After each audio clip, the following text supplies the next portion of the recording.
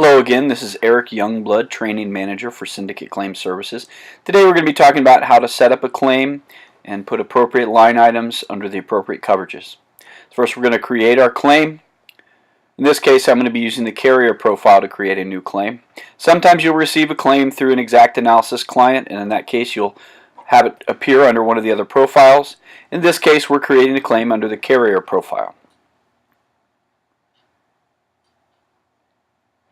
I'll go ahead and enter in some information here, just general claim information.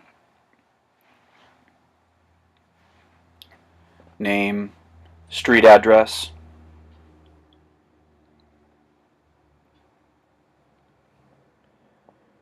city.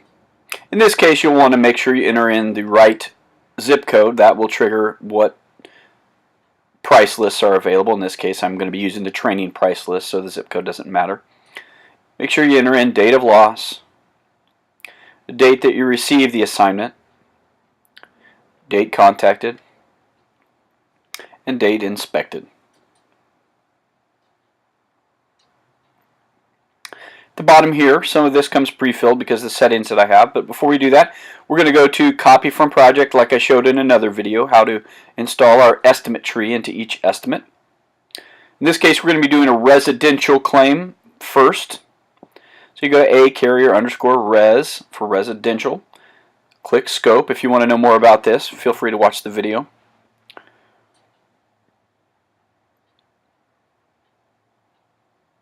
Make sure you choose the appropriate desk adjuster. In this case, I'll choose Derek. We'll choose West Bend as our client. Mortgagee, you can enter the mortgagee information there. It will not appear on any of the paperwork, estimate, or other paperwork that we have. It's not a bad place to keep that information available. Next, go to Coverage Loss. Enter in your claim number. The file number, currently we're at 17 numbers there. Enter in your policy information. And last, the type of loss. In this case, we're going to treat this as a wind loss, damage to a roof. There are coverages below. We'll enter in our deductible, $1,000, homeowner's claim, and we're going to enter in our coverages, $250,000 for the dwelling, $25,000 for the other structures, and $175,000 for the contents. In the parameters page, this is where we enter in our price list. In this case, I'm going to be using the training price list.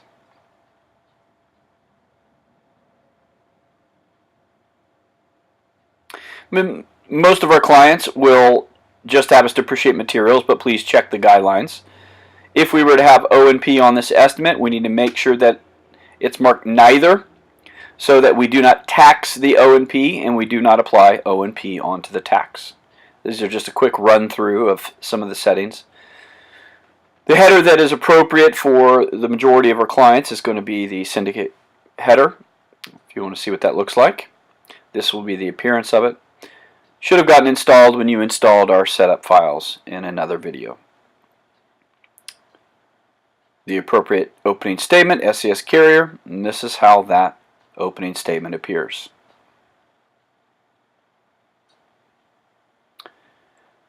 Next, we are ready for our sketch. In this case, a default sketch comes in with when we imported our estimate tree. I'm just going to build off of this, nothing complicated. I'll just add an intersecting roof to this. We'll grab a hip roof.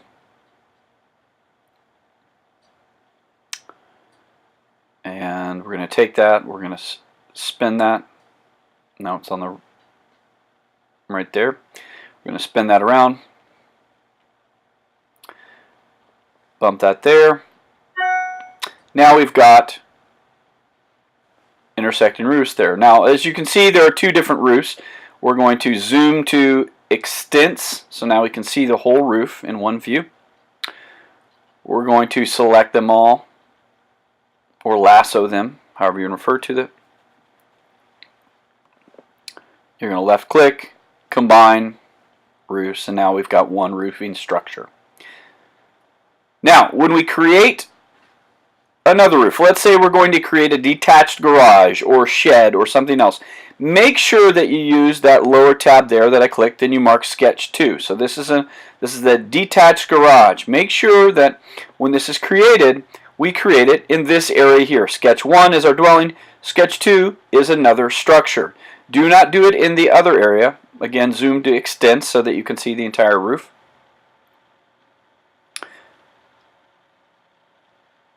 Now when we go to our estimate, we'll see we've already applied the estimate tree that we use here at Syndicate. And down at the bottom, we're going to delete this shed first. Down at the bottom, you will see the roofing structures that we have created to add to this estimate. Change the name, just leave it at roof. We don't need a number in front of that. Now you can drag this all the way up to the dwelling, put it under the roof folder.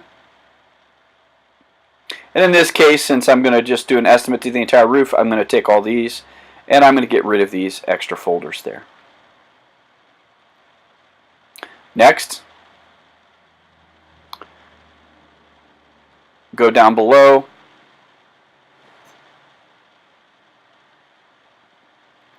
We'll change that one also, just title it roof. And we'll drag this up in the other structures as a detached garage, put it under the roofing folder, and again we will delete the folders that say roof. We don't need the duplicate ones there. Now this tree follows the order that we want you to write your estimates in. Should be the way that we're labeling our photos, and also it should follow the order of our captioned report. Starts at the roof, goes to the elevations, and then ends at the interior for the dwelling. Same thing for the other structures. Notice the order: roof, elevations, interior. In this case we do not have any fencing. We'll go ahead and remove that.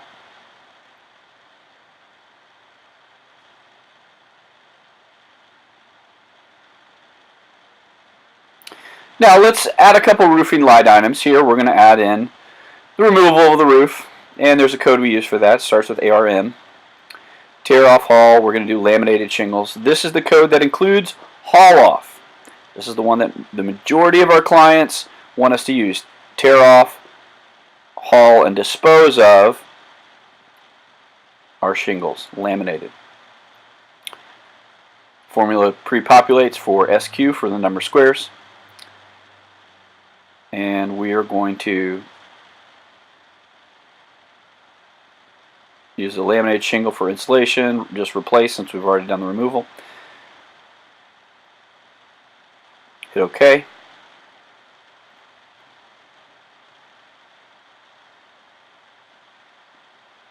In this case, there's two different ways that we can add in waste. One of the ways would be to add it in as a formula and multiply 1 point. In this case, now I'll use 10%. That's one way where you can calculate out the waste. Another way to do it, if you look to the right of the formula, you'll see that little blue box there. You click on that, and here you can adjust the waste. In this case, we'll adjust it up to 10%. As you can see, once you click OK, it adjusts the waste and the quantity changes to include 10% waste. And we'll add felt. We're just going to do this quickly. We're not trying to write a full estimate for anything. Notice how it pre-populates with perimeter for drip edge.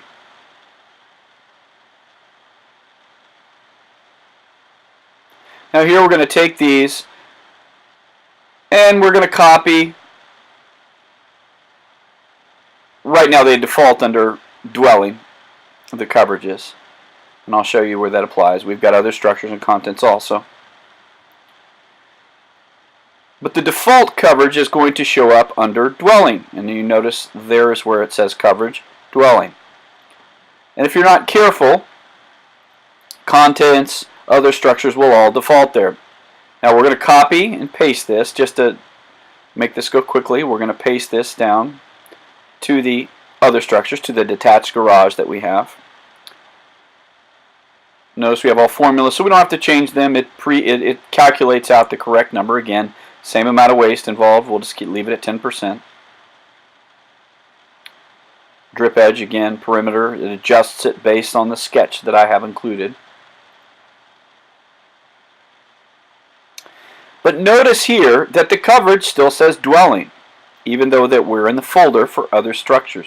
The coverage still says dwelling.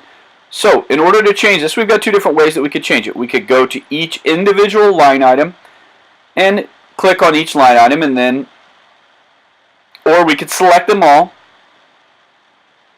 You can select them all either one of two ways, either click global changes or right click or left click global changes. Then we choose coverage, choose other structures after we've highlighted all the line items, and then it will apply those changes to all of those line items. And when we go back and look, you'll notice the coverages that get applied are to other structures now, not to the dwelling. This is very important when you're writing your estimates, that you get the line items applied to the correct coverages. In this case, we're not anywhere near our policy limit, so it really doesn't affect anything in the final sum, but you'll notice we have two summary pages. Always check out your summary pages when doing your estimate to make sure that you have applied the appropriate line items to the appropriate coverages. Thank you very much.